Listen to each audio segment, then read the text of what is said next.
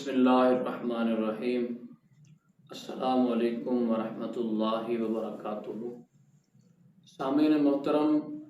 آج کی ہماری گفتگو کا موضوع ہے مہمان کی عزت کرنا۔ یہ بہت ہی اہم موضوع ہے اور ہمارے معاشرے کے اندر ایسے بہت سے مسائل سامنے آ رہے ہیں کہ لوگ اپنے مہمان کی عزت نہیں کرتے اور اس کو اپنے اوپر جو ہے وہ بوجھ سمجھتے ہیں اور یہ سمجھتے ہیں کہ یہ ہمارے اوپر مسلط ہو گیا ہے۔ تو اس بارے میں نبی پاک علیہ الصلوۃ والسلام کی حدیث کی طرف چلتے ہیں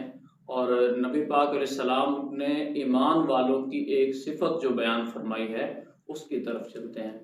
تو چلتے ہیں حدیث پاک کی جانب۔ وعن ابی ہریرہ رضی اللہ عنہ ان النبی صلی اللہ علیہ وسلم قال، حضرت ابو ہریرہ رضی اللہ تعالیٰ عنہ نبی پاک علیہ السلام کے پیارے صحابی روایت فرماتے ہیں کہ بے شک نبی پاک علیہ السلام نے فرمایا، من کان یؤمن باللہ والیوم الآخر، جو شخص اللہ رب العزت پر اور قیامت کے دن پر ایمان رکھتا ہے تو اس کو چاہیے کہ فلیکرم ضیفہ، اس کو چاہیے کہ وہ اپنے مہمان کی عزت کرے۔ اب دیکھیں کہ اللہ رب العزت نے ایمان والوں کی یہ نشانی بیان فرمائی،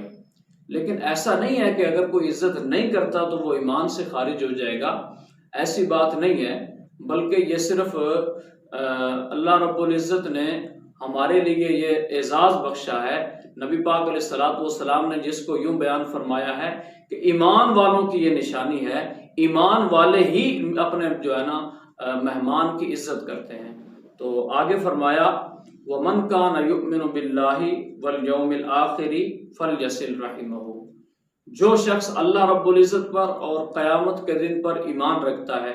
اس کو چاہیے کہ وہ صلہ رحمی کرے۔ اب پچھلے جو الفاظ تھے کہ فَلْيُكْرِمْ ضَيْفَهُ، کہ اپنے مہمان کی عزت کرے۔ مہمان کی عزت ہے کیا، اس کی تھوڑی سی وضاحت آپ کے سامنے کرتا چلوں۔ مہمان کی عزت، جس وقت آپ کے پاس کوئی مہمان آ گیا، دور سے چل کر آیا ہے یا نزدیک سے چل کر آیا، لیکن آپ کے پاس وہ مہمان بن کر وہ آپ کے پاس آ گیا، اب سب سے پہلے آپ کا حق کیا ہے؟ اس سے خندہ پیشانی کے ساتھ ملنا۔ ایسا نہیں ہے کہ آپ کا چہرہ اس کی طرف دیکھ کر متغیر ہو جائے، آپ کے چہرے پر جو ہے وہ پریشانی طاری ہو جائے اور آپ کے چہرے پر وہ خوف طاری ہو جائے کہ آج یہ میرا خرچہ ہو جائے گا، آج جو ہے نا اس کے پاس مجھے ٹائم ضائع کرنا پڑے گا۔ اس طرح کے جو الفاظ ہیں، اس طرح کے وسوسے جو ہیں وہ ہمارے ذہنوں کے اندر آتے ہیں کہ ہم جو ہے نا محسوس کرتے ہیں کہ یہ اب آ گیا ہے، اب میرا یہ ٹائم ضائع ہو جائے گا، یہ آ گیا ہے میرے جو ہے نا وہ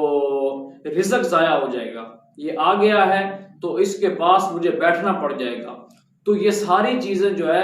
یہ نیگیٹو سوچ کو نکال کر پازیٹیو جو نبی پاک علیہ السلام نے